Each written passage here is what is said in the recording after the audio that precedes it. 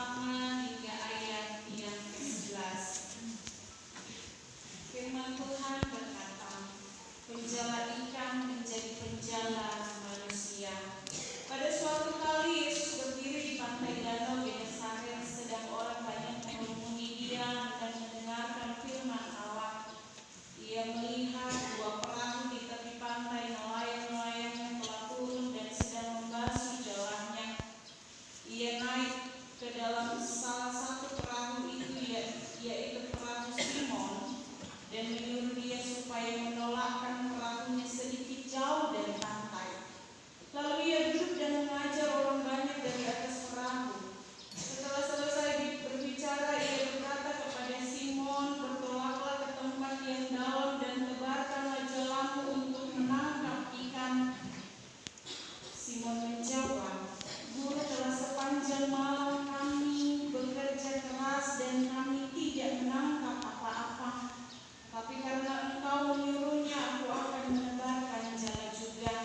Dan setelah mereka melakukannya, mereka menangkap sejumlah besar ikan sehingga jalan mereka mulai koyak. Lalu mereka memberi isyarat kepada teman-temannya di perahu yang lain supaya mereka datang membantunya.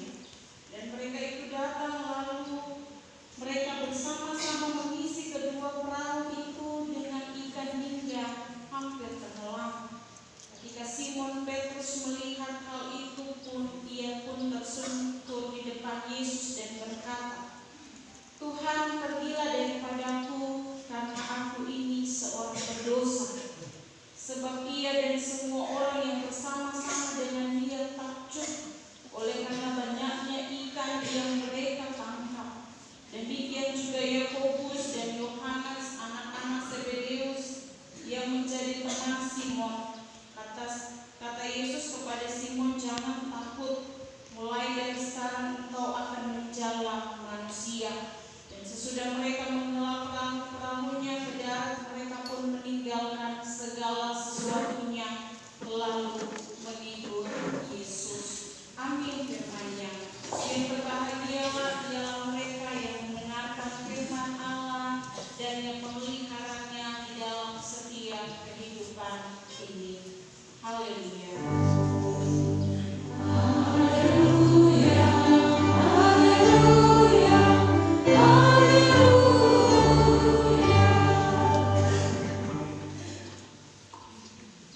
Ya, shalom dan selamat pagi.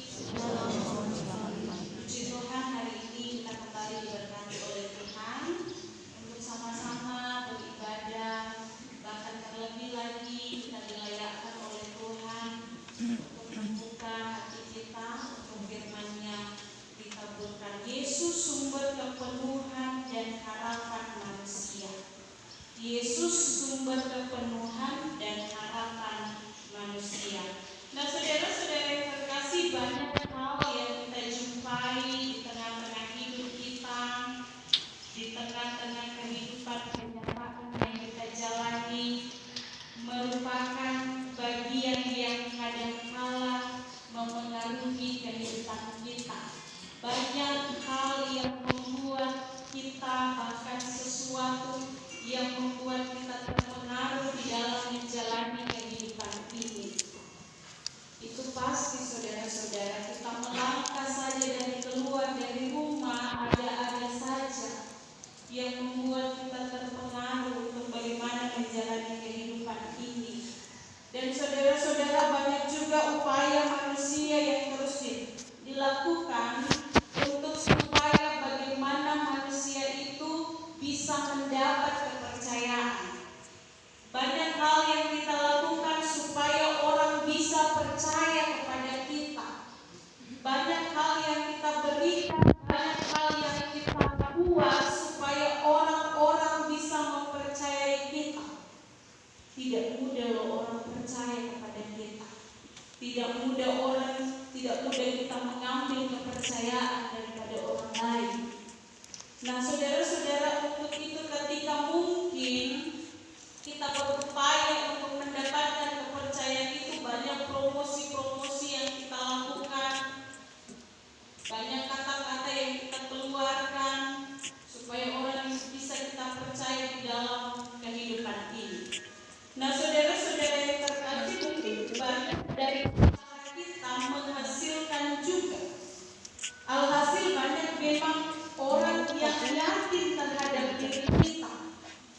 dengan segala upaya-upaya yang kita lakukan, dengan segala hal-hal yang mungkin orang lain lihat dari diri kita, sehingga kita mendapatkan kepercayaan itu. Nah, saudara-saudara, tidak sedikit juga ketika kita sudah diberi kepercayaan, hasilnya sombong. Kadang-kadang kita membuat orang itu menjadi korban. Kadang-kadang kita juga menghasilkan kepalsuan, rekayasa, bahkan penipuan hingga pembodohan dan kerugian yang lain. Kita berusaha untuk mencari kepercayaan itu, cerita sama saya akan pegang itu. Tapi alhasil justru orang itu yang memberikan kepercayaan bagi kita sendiri yang memberikan sesuatu yang tidak sesuai dengan apa yang mereka berikan bagi kita. Nah, saudara-saudara yang terkasih, mari kita belajar dari firman Tuhan saat ini sangat jelas bahwa dalam pelayanan Yesus bersama dengan murid-muridnya, bahwa begitu banyak pengajaran, begitu banyak hal-hal positif yang dapat kita lakukan. Tidak hanya pengajaran secara materi yang disampaikan oleh Yesus, tetapi juga tindakan nyata yang dilakukannya. Bahkan saudara-saudara, berbagai mujizat yang dilakukan oleh Yesus sehingga membuat orang-orang menjadi percaya. Kalau mungkin hanya sekedar materi atau perkataan, pasti orang-orang bilang bisa juga kita seperti itu. Tetapi saudara-saudara, dari sini kita melihat bahwa dari apa yang disampaikan oleh Yesus tidak hanya berkata-kata, tidak hanya mengajarkan hal ini dan hal itu, tetapi juga membuat sesuatu tindakan nyata, bahkan mujizat supaya orang percaya untuk mengikuti Dia. Di dalam bacaan kita kali ini kita mengisahkan ketika Yesus berada di Danau Genesaret dalam bacaan itu. Lagi-lagi kita menyaksikan bahwa buah dari pengajaran dan pelayanan, bahkan pekerjaan Yesus, banyak orang yang menjadi percaya. Artinya saudara-saudara, apa yang disampaikan oleh Yesus menghasilkan sesuatu. Banyak orang yang percaya, banyak orang yang mengikuti Yesus. Tidak hanya dia percaya, tetapi banyak orang yang senantiasa mencari Yesus. Orang-orang tidak hanya berkata, oh saya percaya Yesus, tetapi saudara-saudara, banyak orang yang mengikuti Dia. Banyak orang yang mencari Dia. Dan banyak orang yang mengerumuni Dia dan untuk mendengarkan firman Tuhan. Rela berdesak-desakan, rela bagaimana caranya supaya firman Tuhan itu didengarkan. Orang banyak selalu antusias berusaha dan mengerumuni Yesus, dan mereka tidak peduli tentang apa yang harus mereka lewati, tentang apa yang mereka harus rasakan. Mungkin ketika bagaimana kalau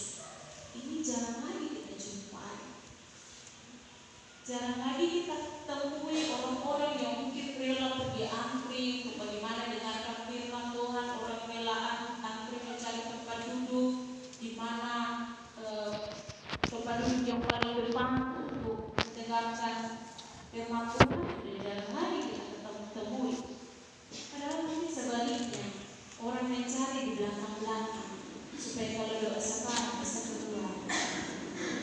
Iya, saudara-saudara, sudah jarang lagi kita jumpai hal-hal yang demikian, antusias yang luar biasa dalam bacaan kita ini. Nah, saudara-saudara yang kekasih, luar biasa daya tarik dari sosok seseorang Yesus yang membuat orang menjadi takjub, sehingga selalu dicari, bahkan selalu dikerumuni oleh orang banyak. Berarti ada daya tarik. Kalau orang melihat kita, kalau dia senang sama kita, berarti ada daya tarik di dalam diri kita. Orang senang cerita dengan kita, berarti kita bisa dipercaya. Kalau orang bisa senang berteman dengan kita, bersahabat dengan kita, berarti ada sesuatu yang baik membawa perubahan dalam orang itu. Tapi sebaliknya, saudara-saudara, kalau orang sudah mulai jauh-jauh, pasti ada sesuatu yang salah dengan diri kita. Kalau kita muncul, kalau kita dijauhi, pasti ada sesuatu yang tidak benar dalam diri kita. Tetapi kadang-kadang kita tidak merasakan, saudara-saudara. Kita tidak menggumuli hidup kita. Nah, saudara-saudara yang terkasih, di dalam Tuhan, pengajaran dan tindakan nyata yang diberikan Yesus bukanlah hanya sekedar formalitas dan juga kebiasaan Yesus sebagaimana yang dilakukan di dalam rumah-rumah ibadah, bahkan rumah-rumah orang Yahudi, melainkan, saudara-saudara, di sini dia melakukannya senantiasa untuk bagaimana menggunakan hati dan juga memenuhi janji kepastian untuk hidup. Bersama Yesus tidak ada kepalsuan, tidak ada rekayasa, melainkan kepastian akan pemenuhan di dalam setiap hidup ini. Mengikut Yesus, bersama dengan Yesus, tidak ada yang tersembunyi, tidak ada yang namanya kepalsuan. Nanti di gereja baru Roh Kudus baru bekerja, di luar dari gereja Roh halus yang bekerja. Saya pikir tidak ada seperti itu di antara kita. Nah, saudara-saudara yang terkasih, di dalam mengikut Yesus tidak ada yang namanya kepalsuan, tidak ada yang namanya topeng-topeng. Tuhan melihat setiap hati kita. Tuhan tahu siapa kita. Mau sembunyi di mana pun kita, dengan cara apapun. Tuhan tahu seperti apa karakter kita. Tugas kita hanya melakukan yang terbaik supaya hormat kemuliaan nama Tuhan yang ada di dalam diri kita. Saudara-saudara terkasih, bukti bahwa tanpa Yesus murid-murid tidak bisa berbuat apa-apa dan hanya kesia-siaan yang mereka alami. Murid-murid tahu, murid-murid pahami bahwa tanpa ada Yesus, mereka adalah sia-sia. Segala pekerjaan mereka, segala usaha mereka adalah sia-sia. Di dalam ayat yang kelima pembacaan kita saat ini, Simon merespon ajakan Yesus. Di sini kita bisa melihat dari bacaan kita bahwa betapa memprihatinkan usaha yang dilakukan oleh Simon dan beberapa rekannya. Sia-sia saja sepanjang malam, sudah capek begadang di laut lagi, tidak ada yang mereka dapat.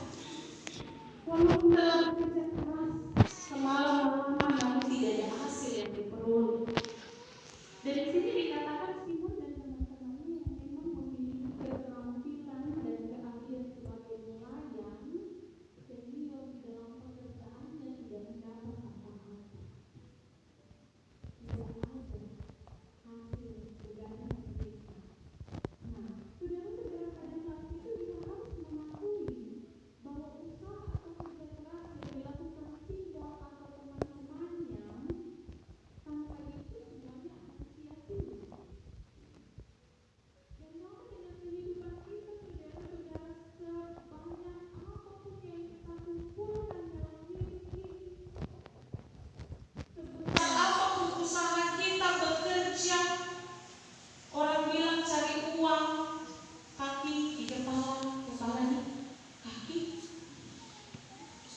Kalau tanpa Yesus semuanya sia-sia.